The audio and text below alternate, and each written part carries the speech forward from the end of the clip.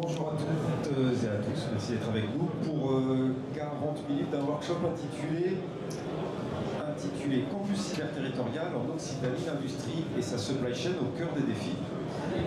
L'Occitanie, cette terre de cocagne au sud de la France, bénéficie d'un terreau industriel important et d'un écosystème cyber tout aussi riche. Un écosystème qui est animé et fédéré par Cyberrock, que j'ai la chance et l'honneur de diriger, qui opère notamment le CISORT régional et qui va être labellisé sous peu Campus cyber territorial. Cyberrock qui propose donc ce workshop avec deux intervenants, à tout seigneur tout honneur, Marc Stuhlmann, président de Cyberrock et conseiller régional d'Occitanie en charge des numériques, et Julien Touzeau, Head of Cybersecurity Consulting chez Airbus Protect. Je veux dire en deux mots, pour ceux qui ne connaîtraient pas, Airbus Protect, on connaît assurément la première partie du nom. Trois temps qu'on vous a proposés dans ce workshop. Le premier pour évoquer la menace cyber pour les PME, les ETI industriels, avec des exemples très divers. On va essayer d'avoir le concret, des cas réels. Deuxième partie, les aides et soutiens aux acteurs industriels, quelle complémentarité du public et du privé. Et puis troisième partie, on va se projeter, prospective et tendance des menaces contre l'environnement industriel. N'hésitez pas si à la fin vous voulez poser quelques questions, on va essayer de garder quelques minutes pour ça. Je ne serai pas plus long. Messieurs, c'est à vous. Peut-être Julien, si vous commencez. Bonjour à tous et bienvenue pour ces 40 minutes qui se veulent être un workshop. Alors workshop, ça veut dire qu'on travaille ensemble. Je ne sais pas si on aura l'occasion, il y aura une session de Q&A, de questions-réponses. N'hésitez pas à intervenir ou à compléter ce qu'on va pouvoir dire, puisqu'on va partager un certain nombre, je vais partager un certain nombre de cas réels que j'ai rencontrés. Avant tout, vraiment une minute sur Airbus Protect. Airbus, ça vous parle? Airbus Protect, peut-être pas. Airbus Protect, on est cette entité d'Airbus qui est le bras armé cyber du groupe Airbus. Et donc, en fait, on réalise des prestations d'assistance et de conseil autour de la mise en place de systèmes de management de la cybersécurité pour Airbus, qui est notre principal client, mais auprès de tout un tas de clients dans notre écosystème Airbus, dans le nucléaire, dans les infrastructures critiques. Voilà, c'est la cybersécurité chez Airbus Protect, on est à peu près 500, un peu plus, hein, presque 600 maintenant. Voilà, j'ai le plaisir de diriger l'entité consulting. On fait aussi des services managés avec des SOC nationaux et des SOC neutres. On fait aussi de la réponse à incidents et du threat monitoring. Voilà, ça c'est vraiment en deux mots. Airbus Protect, basé à Toulouse, mais avec des points de présence en Allemagne, en Angleterre et en Espagne également. Voilà, donc on a un acteur occitan, français. Ça marche mieux? Non? Non, j'utilise ça là. Celui-là. Donc on a un acteur occitan, toulousain, avec le siège à Blagnac, en banlieue de Toulouse. On a un acteur français et européen comme les Airbus. Non, Marc, tu voulais dire quelque chose? Sinon, on va peut-être aborder le premier thème. Alors, c'est un thème, c'est surtout un échange. La menace cyber pour les PME, ici, on va s'adresser vraiment aux acteurs de taille moyenne qui ne sont pas forcément organisés comme peut l'être Airbus, avec pléthore de professionnels qui sont là pour gérer tous les aspects du cycle de vie du risque cyber. Et pour autant qui sont sujets aux problématiques de cyber. Donc les ETI, mais encore plus petites, les PME ou des entreprises encore plus petites font face à ces problèmes de sécurité. Et pour ceux d'entre vous, si vous êtes dans cette catégorie d'entreprise, on va vraiment parler de vous, on va parler de ce qui peut vous arriver et ce que j'ai vu arriver à des entreprises industrielles de taille petite et moyenne grâce à mon âge et à mon expérience dans le domaine et grâce aux services qu'on rend à certaines de ces entreprises. Donc vraiment le focus ici, c'est les entreprises de taille moyenne ou petite industrielles. Il se passe plein de choses pour ces entreprises. Elles sont souvent, malheureusement, les victimes collatérales d'attaques qui sont ciblées mais qui ne les ciblent pas elles. Ou elles peuvent être victimes d'attaques qui ne ciblent personne, qui ont une vocation malveillante ou criminelle et, comme on dit, elles vont prendre une balle perdue. Alors c'est quoi une balle perdue pour un acteur industriel? Prenons l'exemple par exemple d'une boulangerie industrielle par exemple, qui est installée, qui a 100 à 200 salariés avec un ou deux sites de production. Il se passe déjà plein de choses pour ces gens-là. Parfois, ils ne le savent même pas. Donc, quelques exemples très très concrets qui, j'espère, vont vous parler. qui sont arrivés à certains de mes clients, que bien sûr je ne citerai pas, mais juste pour illustrer ce que ça veut dire, la cyber dans l'environnement industriel pour les PME. C'est des trucs très très concrets. C'est par exemple ce que j'ai vu, des entreprises qui utilisent des machines à commande numérique, des tours, hein, des fraiseuses, qui sont connectées à rien a priori, c'est-à-dire que c'est dans un atelier, il y a un contrôleur qui ne ressemble pas du tout à un PC, et le truc marche très très bien. Pour autant, il y a quand même des échanges de données parce que il faut bien que le bureau d'études mette les plans d'usinage dans la machine, ils utilisent des clés USB, etc. Ça, à la limite, les gens font à peu près gaffe aux clés USB. Par contre, ce qu'elles n'avaient pas vu, c'est que dans la machine, il y a une carte SIM et que pour des raisons nobles et légitimes de surveillance de la machine pour faire de la maintenance prédictive, cette machine envoie tout un tas de données au fournisseur. Le client n'est même pas au courant, ou alors a été mis au courant, a signé le contrat, a sûrement signé la clause où il était indiqué que les données étaient renvoyées chez le fournisseur, mais elle n'a pas fait attention. Bon, là, on a un cas évident de risque, et là c'était avéré, de fuite de données, puisqu'en fait, de cette machine à commande numérique, qui a donc les plans des pièces, hein, avec les cotes au micron, etc., elle échangeait des données avec le fournisseur. Alors quand le fournisseur il est hollandais ou français, ça va. Quand le fournisseur il est malaisien, chinois, etc., c'est pas la même problématique. Donc là on a des risques de fuite de données, on a vu des risques de fuite de données, et on a surtout mis au courant le client qu'il avait une machine qui causait à l'extérieur et qui était en dehors de son infrastructure. Le service informatique n'était pas au courant, le responsable sécurité n'était pas au courant, et pour autant il y avait un cas avéré de fuite de données. L'autre chose que j'ai vue sur un client, alors c'est pas une boulangerie, hein, c'était une entreprise de taille moyenne qui assemble des pièces pour des aéronefs et qui avait des robots, des vrais robots, comme on voit, donc des bras articulés d'une marque très connue allemande et qui s'est mis à dysfonctionner. C'est-à-dire à dysfonctionner, à avoir un comportement erratique. Alors ça fait un peu peur, c'est-à-dire que le robot il fait pas ce qu'il devait faire, il a une trajectoire qui n'était pas prévue. Bon, on s'est aperçu qu'en fait, cette machine, elle n'avait pas été corrompue, mais elle est pilotée par un PC qui, lui, avait été corrompu. Et le PC envoyait des instructions erronées au robot, ou oubliait d'envoyer des instructions au robot, si bien que le robot faisait des mouvements brusques, puisqu'en fait, il essayait de récupérer son plan de trajectoire, enfin de continuer sa trajectoire, avec des ordres qui étaient erratiques ou un peu désordonnés de son contrôleur. Donc ça a donné lieu à, par exemple, très concrètement, à un arrêt de production d'une semaine, parce qu'il a fallu regarder l'origine et trouver pourquoi ce robot se comportait de telle sorte. On s'est aperçu que le PC qui le contrôlait lui-même avait été volé, une balle perdue parce qu'en fait il n'y avait pas du tout d'attaque ciblée sur cette entreprise, sur ce type de robot-là, mais ça arrive. C'est des entreprises de taille intermédiaire qui ont ce type d'infrastructure, n'y pensent pas. Les PC qui sont en frontale de ces machines industrielles sont soumises à des attaques qui ne sont pas ciblées et qui perturbent le fonctionnement. Une semaine d'arrêt de production, ça coûte, suivant l'entreprise, ça peut coûter très très très cher, comme vous pouvez l'imaginer. Autre chose que j'ai vu aussi, les clés de torquage, atelier méca, a priori on est bien, c'est de la méca, la cyber c'est un sujet un peu éloigné. Bah non, pas du tout, les ateliers de mécanique d'aujourd'hui, ils ont de la connectivité pervasive et les utilisateurs, les compagnons ou les ouvriers qui travaillent dans ces outils ne sont pas forcément au courant, mais en fait, la machine qui gère l'accès aux pièces à outils, elle est elle-même connectée parce qu'il faut tracer qui prend l'outil, qui le remet, est-ce que l'outil est bien à sa place, etc. Et ces machines sont connectées et c'est pareil, il y a parfois des outils qui sont eux-mêmes connectés. Et j'ai vu des problèmes de clés de torquage, les clés de torquage numérique, hein, c'est pour serrer les boulons. Et puis il y a un couple, en fait ce couple il est rentré numériquement. Et puis vous imaginez bien pour des voitures, pour des avions, des bateaux, etc., ce couple il est très important. Quelques newtons en moins ou en plus, vous changez la dynamique des pièces métalliques. Et bien ces clés de torquage, on s'est aperçu qu'elles pouvaient être changées à distance parce qu'il n'y avait pas de mécanisme de protection. Ou alors il y en avait mais personne ne les avait activés et personne dans l'atelier n'était au courant de ça. Donc là il y a un risque sur les performances de l'objet que vous produisez, en tout cas que l'entreprise produit. Donc là c'était un cas simple, il n'y avait pas eu d'attaque, mais on a découvert une vulnérabilité qui aurait pu être attaquée assez facilement avec des effets désastreux.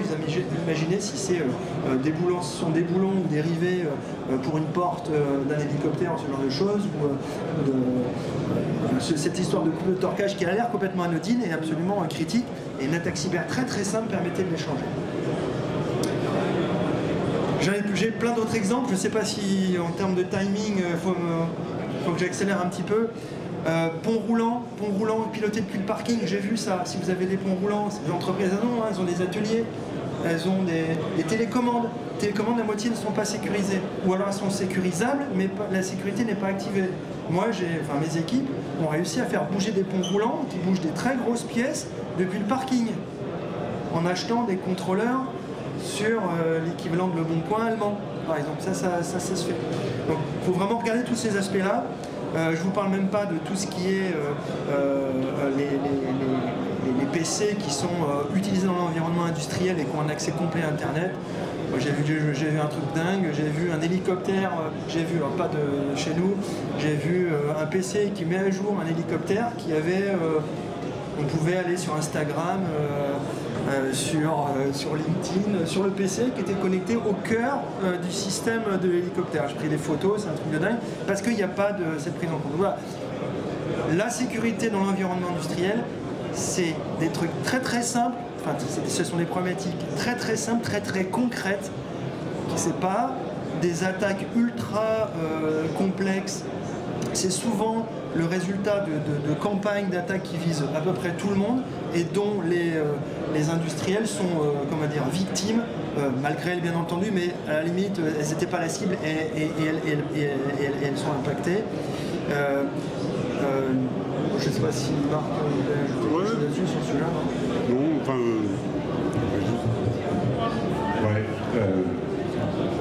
Non, juste peut-être un tout petit point sur la question de l'étendue, en fait, quand on parle de cyber-industriel. Nous, à CyberRock, pour la région Occitanie, on s'est intéressé à savoir jusqu'à quand on allait dans la cyber-industrielle et quand est-ce qu'on était sur de la cyber normale. Parce qu'en réalité, on ne s'en aperçoit pas, mais toutes les entreprises, quelles qu'elles soient, même le coiffeur, il est à 4 degrés de séparation d'Airbus.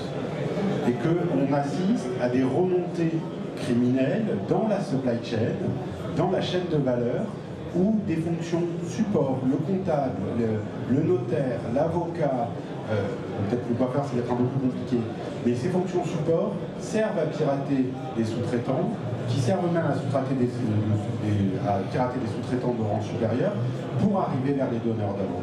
Et donc, la question de à partir de quand on fait de la cyber industrielle, la réponse dans un bassin comme l'Occitanie, et notamment à l'ouest de l'Occitanie, où on a quand même une très forte prégnance de l'aéro et du spatial, c'est en réalité toutes les entreprises sont impactées par ces questions de cyber industrielle. C'est peut-être un tout petit point sur le sujet.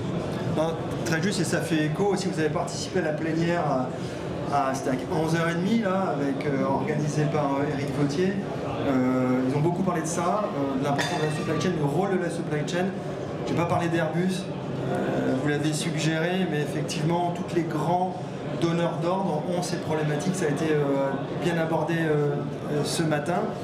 En fait, on va continuer un petit peu cette discussion. On va regarder dans un deuxième temps, maintenant, comment la région, comment l'acteur public et l'acteur privé peuvent collaborer pour aider ces acteurs industriels de taille moyenne. Parce que bien entendu, Safran ou Airbus, on en a beaucoup parlé, ou Peugeot, ils savent faire leur métier, si vous voulez, mais là vraiment on va parler de ces acteurs qui sont sous-traitants. Parce que comme vous le disiez, on est à 4 niveaux, un boulanger, Saint-Acal est même au premier niveau, parce qu'on a des fournisseurs de pain, de croissants pour les réunions du lundi matin, ils sont à un niveau d'Airbus, les boulangers parfois.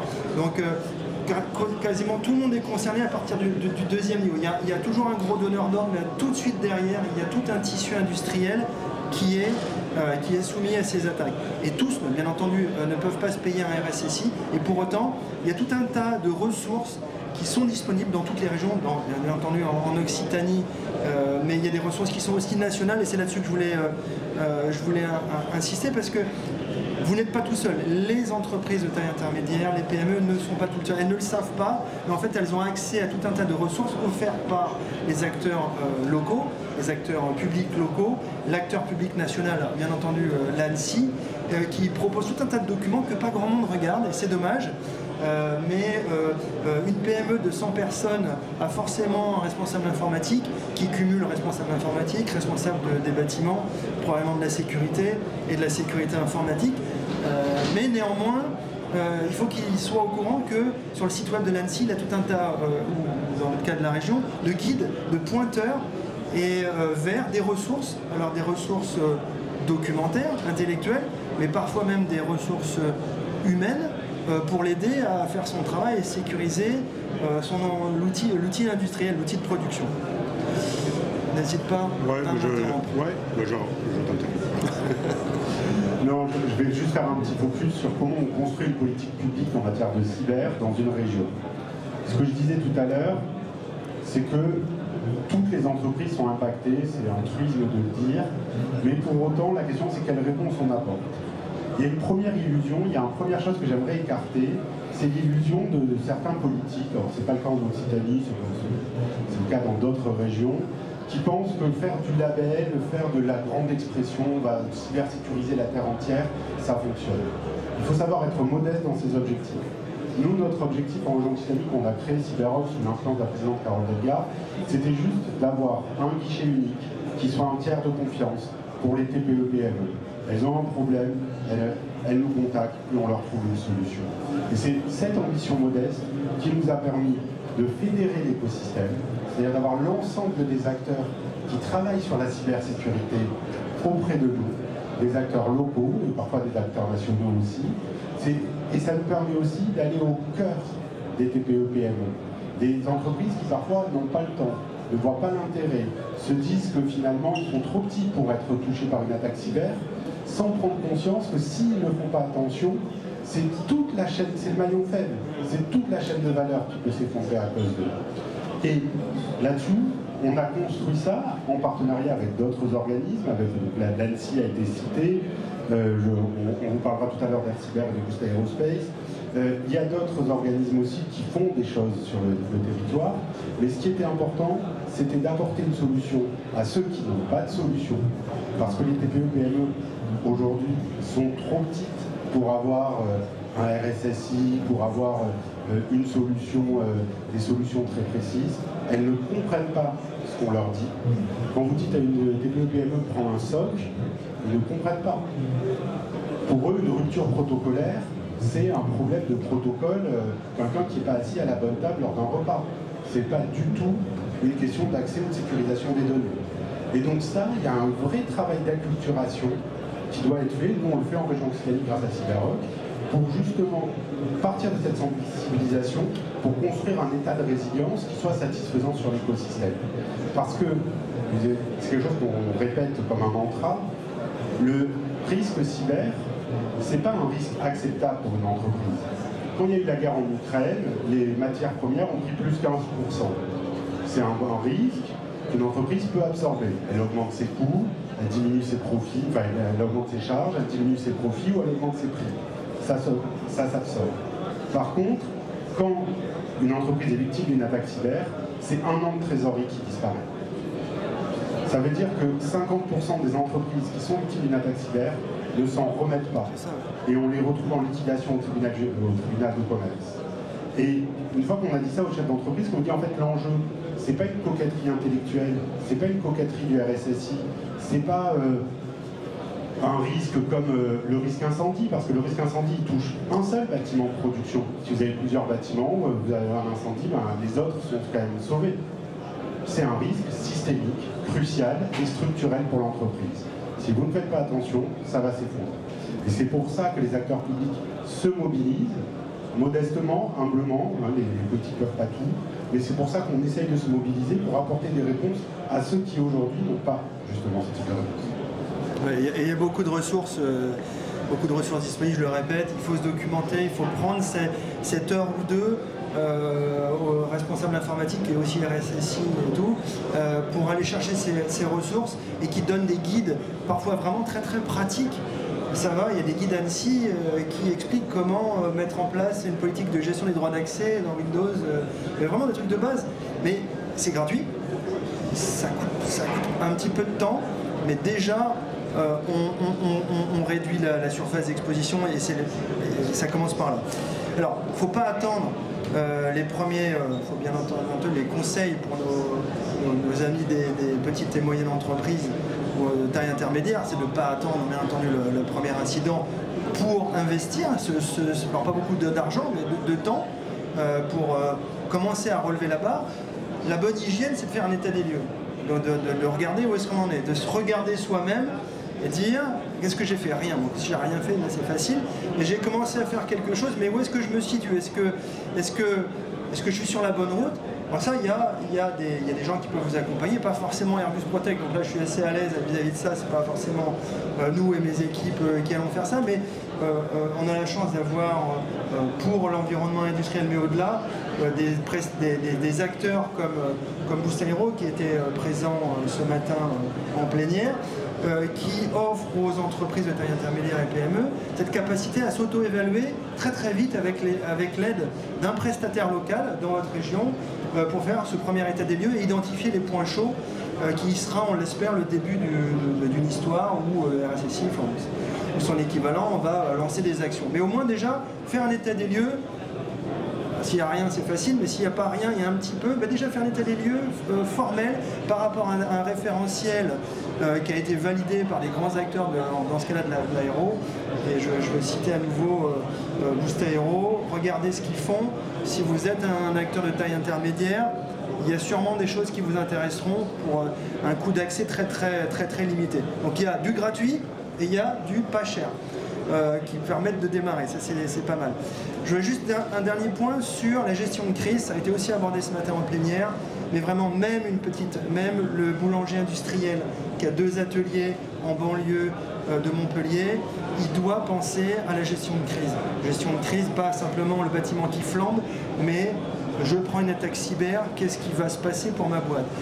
Il n'y a pas besoin de prendre des consultants très chers qui vont, comme nous par exemple, qui vont faire une analyse complète de votre résilience. Ça on sait faire et on le fait pour les gens qui peuvent se le payer. On va partir de zéro, on va analyser tous les risques et les impacts sur le business de cette société et proposer des plans de continuité d'activité. Ça, c'est le niveau silver, on va dire, avant d'arriver au niveau gold. Mais déjà, un patron de PME qui a 100 salariés, il doit s'asseoir s'il n'a pas fait avec ses managers, et regarder et se poser la question, what if? Qu'est-ce qui se passe si je perds le PC de ma collègue Géraldine de la compta? Qu'est-ce qui se passe si je perds ce tour ou cette fraiseuse dans l'atelier? Quels moyens je peux mettre en œuvre? Et franchement, c'est pas rocket science. La plupart du temps, la réponse, elle est organisationnelle. Elle n'est pas forcément technologique, à mettre des firewalls, etc. Elle est pour la résilience. Je parle de résilience, hein, c'est survivre. Hein. Pour une entreprise, comme disait Marc, l'important, c'est de ne pas subir l'attaque qui va vous faire foutre la clé sous la porte. Et pour ça, il y a vraiment des pratiques de base qui ne sont pas très complexes, qui nécessitent juste d'identifier, par exemple, des outils qui vont prendre le relais ou des solutions de backup vraiment ce PC ne marche plus, pardon, je garde un laptop qui est ouvert une fois par an, mais si vraiment ça merde et que tout est down, j'ai plus ma connexion, je continue à envoyer mes factures, je continue à envoyer les ordres de fabrication aux machines à commande numérique. Voilà, donc il y a des procédures très simples, ça aussi et des ressources gratuites là-dessus, mais s'il vous plaît, chers acteurs du monde industriel qui sommes dans la chaîne de valeur, qui êtes dans la chaîne de valeur des grands donneurs d'ordre comme Airbus, prenez ces quelques heures pour vous préparer la crise. Et si je peux me rajouter le starter pack, vraiment le truc minimal. Et nous, à Cyberrock, on le voit régulièrement. Quand on demande aux chefs d'entreprise ou aux cadres dirigeants des entreprises, OK, on va faire une simulation, on va se préparer à une crise, la chose qu'ils oublient tout le temps, c'est d'imprimer leur contact téléphonique. C'est un trou noir de la pensée. Les gens refusent de penser que s'ils n'ont plus accès à leur téléphone, eh bien, ils n'ont plus accès au numéro de la comptable, au numéro de tous leurs agents, de tous leurs salariés.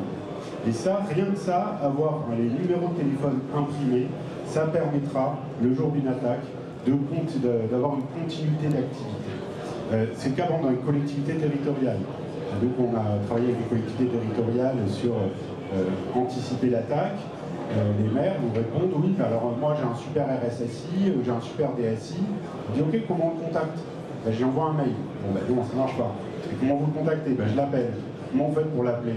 Je demande à la secrétaire. Et la secrétaire, comment elle fait? Elle a sur son ordinateur. Donc rien que ça, vraiment le starter pack, c'est imprimer les numéros de téléphone. Je pense que c'est, voilà, si je peux me permettre, l'élément très pratique. La résilience, c'est un grand mot et c'est un peu un buzzword en ce moment, hein, derrière AI et plein d'autres trucs. Mais franchement, la résilience, ça commence par gérer la continuité d'activité. Et la continuité d'activité, c'est pas forcément des choses très très complexes. Ça, voilà, c'est parfois des pratiques vraiment très très simples qui vous permettent de continuer à facturer, voire de produire, le temps de revenir à un état à peu près normal. Ça, c'est la clé. Alors, ravi de vous accompagner si vous êtes intéressé pour en savoir plus. C'est une des compétences clés qu'on a au sein d'Airbus Protect. Est-ce qu'on a le temps pour aborder le dernier thème qui est assez rapide, sur un peu de prospective? C'est quoi les tendances en termes de cyber pour le monde, les tendances? À quel sujet doivent faire attention les entreprises de taille industrielle de taille intermédiaire en termes de cyber? Aujourd'hui, il n'y a pas de... Alors, je vais écarter tout de suite les mots-clés AI et tout ça, parce que effectivement, le monde de la cyber est en train d'accuser le coup et d'intégrer, d'absorber ce que veut dire AI for Sec, donc l'AI pour la sécurité, mais la sécurité pour l'AI aussi, hein, c'est des grands... Voilà. Là, on va parler des entreprises de taille intermédiaire. Pour l'instant, l'AI dans l'environnement industriel pour les ETI. Pour l'instant, c'est pas encore le sujet chaud du moment. Par contre, ce qui est le sujet chaud et qui va l'être de plus en plus pour les petits acteurs, c'est tout ce qui est piégeage logiciel et matériel, c'est-à-dire intégration, et ça a aussi été brièvement abordé ce matin en plénière, pas assez à mon sens, parce que c'est vraiment, je pense, ce qui va nous préoccuper, ce qui va préoccuper le monde industriel, de Airbus ou Schneider ou Safran à ma boulangerie industrielle, c'est effectivement le fait que les composants qu'on achète, qu'ils soient logiciels ou matériels, c'est de plus en plus compliqué de s'assurer qu'ils ne sont pas déjà à la base eux-mêmes verrouillés. Je ne vais pas vous citer le cas du container chinois avec des fers à repasser qui en fait étaient des relais Wi-Fi. Voilà, ça a été, vous googliserez, vous trouverez, hein, il y a des photos des fers à repasser démontés. Et en fait, il y a un chip Wi-Fi. Et le truc, il ne fait pas que repasser. Il fait aussi access point, il relaie les trames et il envoie tout en Chine. Donc ça, c'est du piégeage matériel grossier.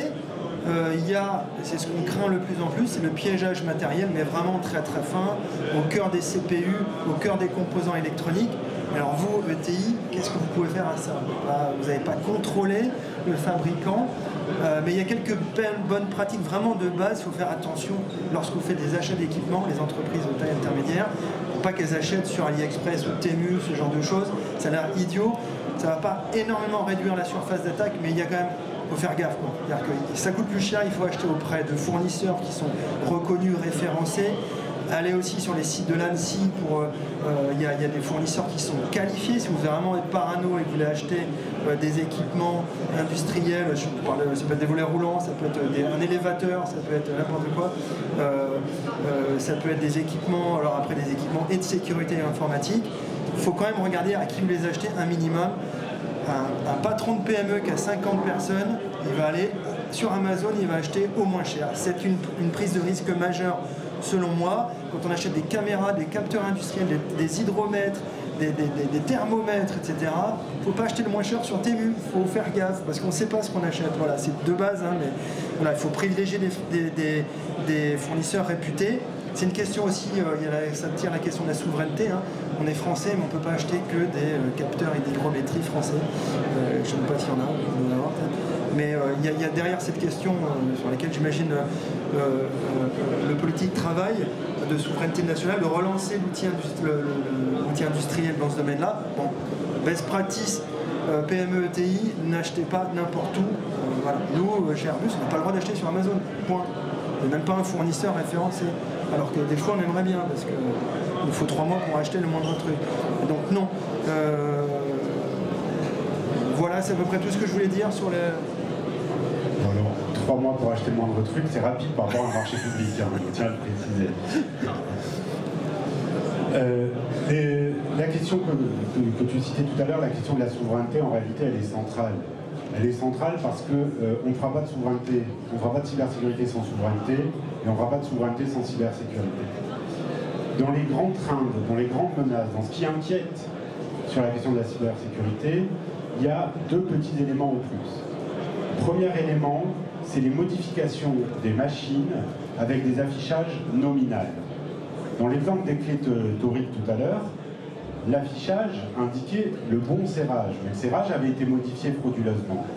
Mais imaginez que l'affichage soit lui-même vérolé et qui vous indique une force de tant de newtons, alors qu'en fait c'est 10 fois plus. Et imaginez la même chose dans une pompe à morphine dans un hôpital. Il n'y aura plus besoin de pirater l'hôpital, de faire en sorte que l'hôpital s'effondre parce que les données sont cryptées. La simple menace d'avoir modifié une pompe à morphine parmi les milliers que compte un hôpital suffira à faire payer une rançon. Et là, la perte de confiance. Et là, il y a un vrai enjeu. Et vous pouvez décliner cet exemple dans des choses de plus en plus glauques. Hein. Imaginez la température des couleuses et ainsi de suite. Donc là, il y a un vrai enjeu.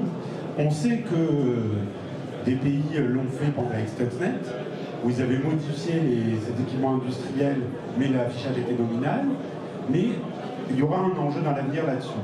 Le deuxième point sur le fait d'acheter auprès de fournisseurs parfois pas très scrupuleux, il y a effectivement les systèmes qui sont piégés. Mais il y a aussi un deuxième truc, il y a un deuxième enjeu, c'est que souvent les produits qui ne sont pas chers sont des produits qui sont remembrés à partir d'anciennes pièces. Et ces anciennes pièces, parfois, elles n'ont pas de suivi en matière de cybersécurité. Parce que quand vous achetez un chipset Wi-Fi, par exemple, pour mettre, je sais pas, pour un robot connecté, eh bien, si vous l'achetez dans une grande surface discount qui a fait son propre modèle, c'est pas le dernier chipset Wi-Fi et il n'est peut-être pas totalement sécurisé. Et pourquoi je vous dis ça? Parce qu'en réalité, là-dessus, on a un vrai enjeu et la réglementation européenne va s'en saisir, notamment à travers le CRA, le Cyber Resilience Act, où on va enfin avoir une responsabilité des personnes qui produisent des systèmes, des systèmes et des produits en matière de cybersécurité dès la conception. Et ça, c'est un vrai enjeu, c'est un vrai enrichissement, et ça aura peut-être plus d'effet sur la résilience cyber que NIS2 n'en aura. Parce que NIS2, on compte sur la responsabilité de celui qui utilise le système. Là, le CRA, ça sera celui qui le produit, qui le met à disposition du public, et on aura la même responsabilité que, par exemple, pour les responsabilités sur les équipements médicaux. En conclusion, j'ai déjà été peut-être un tout petit peu loin, un tout petit peu long. Tu disais tout à l'heure qu'il faut être un petit peu paranoïaque. En 1996, Andy Grove, c'est un des 2 fondateurs d'Intel, il publie un bouquin qui s'appelle « Seuls les paranoïaques survivent ». Alors c'est absolument pas sur la cybersécurité, c'était quand il a lancé le Pentium. Mais cette phrase, elle a vraiment du sens en matière de cybersécurité. La paranoïa, c'est la mère de toutes les vertus en matière de cybersécurité, et il faut challenger systématiquement ces équipes sur « quand vous avez un doute, vous ne faites pas ». Par exemple, les arnaques aux faux virements. Pourquoi les comptables font des virements les veilles de jours fériés? Est-ce qu'honnêtement, il y a une urgence impérative à ce que le virement parte le vendredi et pas le lundi? Aucune. Dans aucune entreprise, il y a un élément impératif, sauf cas très exceptionnel, mais globalement, 99% des virements ne devraient pas avoir lieu le vendredi et la veille de jour férié. Pour une raison très simple, c'est que si vous faites un virement la veille de jour férié et que le virement en réalité est vérolé, vous ne récupérerez jamais votre argent. Si vous le faites la veille d'un jour ouvrable, vous avez une petite chance de récupérer votre argent. Autre élément, mettre en place dans les entreprises, toujours dans cette logique de paranoïa, et moi je vais le faire avec mes équipes à Cyberrock, un mot-clé pour éviter que l'on imite votre voix. qu'une IA imite votre voix et demande de faire un virement par téléphone en imitant votre voix. Mettez un mot-clé. Si on vous demande un virement, eh bien, il faut qu'il y ait le mot fourchette dedans. On doit être à peu près sûr qu'aucun pirate informatique pensera à utiliser le mot fourchette, sauf s'il nous regarde.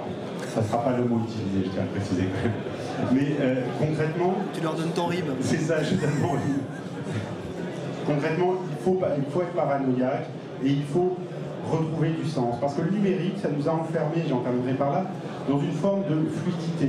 Ça a alimenté un peu notre fainéantise. Si je demande ici à la salle quel est le dernier numéro de téléphone dont vous vous souvenez, toutes les personnes de moins de 40 ans, c'est le numéro de chez vos parents. Concrètement, parce que après vous avez eu un portable et donc vous n'avez jamais appris un numéro de téléphone. Et c'est ça le numérique. Et c'est fantastique, hein. Mais concrètement, ça alimente notre fainéantise. Et la cybersécurité, les cyberattaques, elles prospèrent là-dessus. Parce que c'est facile, parce que c'est fluide, et parce que, comme c'est fluide, on ne fait pas attention. Donc redevenez un peu paranoïaque. Quand vous avez un doute, vous ne faites pas. Et en tout cas, en Occitanie, sachez que Cyberrock, on est toujours là pour vous accompagner. Merci. Rien à rajouter. Est-ce qu'on a du temps pour quelques questions? S'il y a des questions, sinon... Questions? Monsieur, non. Dernier? Eh ben, Alex. Ouais. Merci. C'était plus, vous avez beaucoup parlé de souveraineté, etc. Je voulais juste savoir si c'est vraiment quelque chose d'important à Cyberrock. La question de la souveraineté...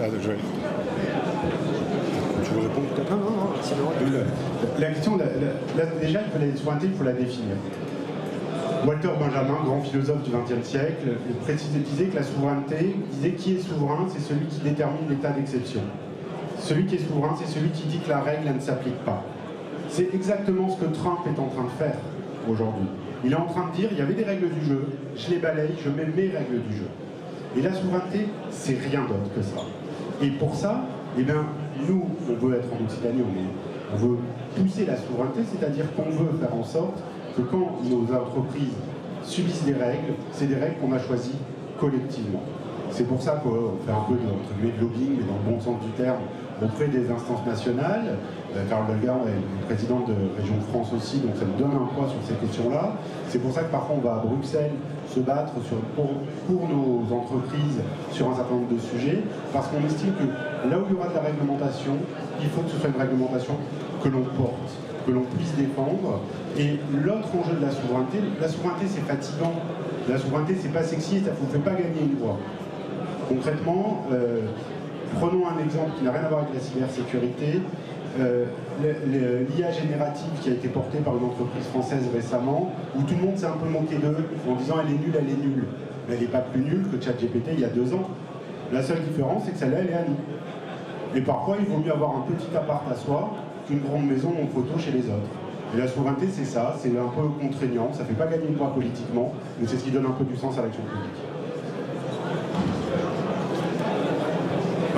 Souveraineté nationale et européenne, le CRA est un bon exemple parce que au lieu d'acheter chez Temu ou chez AliExpress, acheter un composant qui a été certifié, enfin développé selon la directive CRA, oui, il sera plus cher parce qu'il sera fabriqué en Europe, mais il présentera un risque moindre pour l'entreprise. Donc c'est là où au niveau européen, on a une carte aussi à jouer puisque les acteurs industriels ne sont pas que français et vous avez envie de pouvoir avoir confiance dans un capteur que vous avez acheté en Allemagne.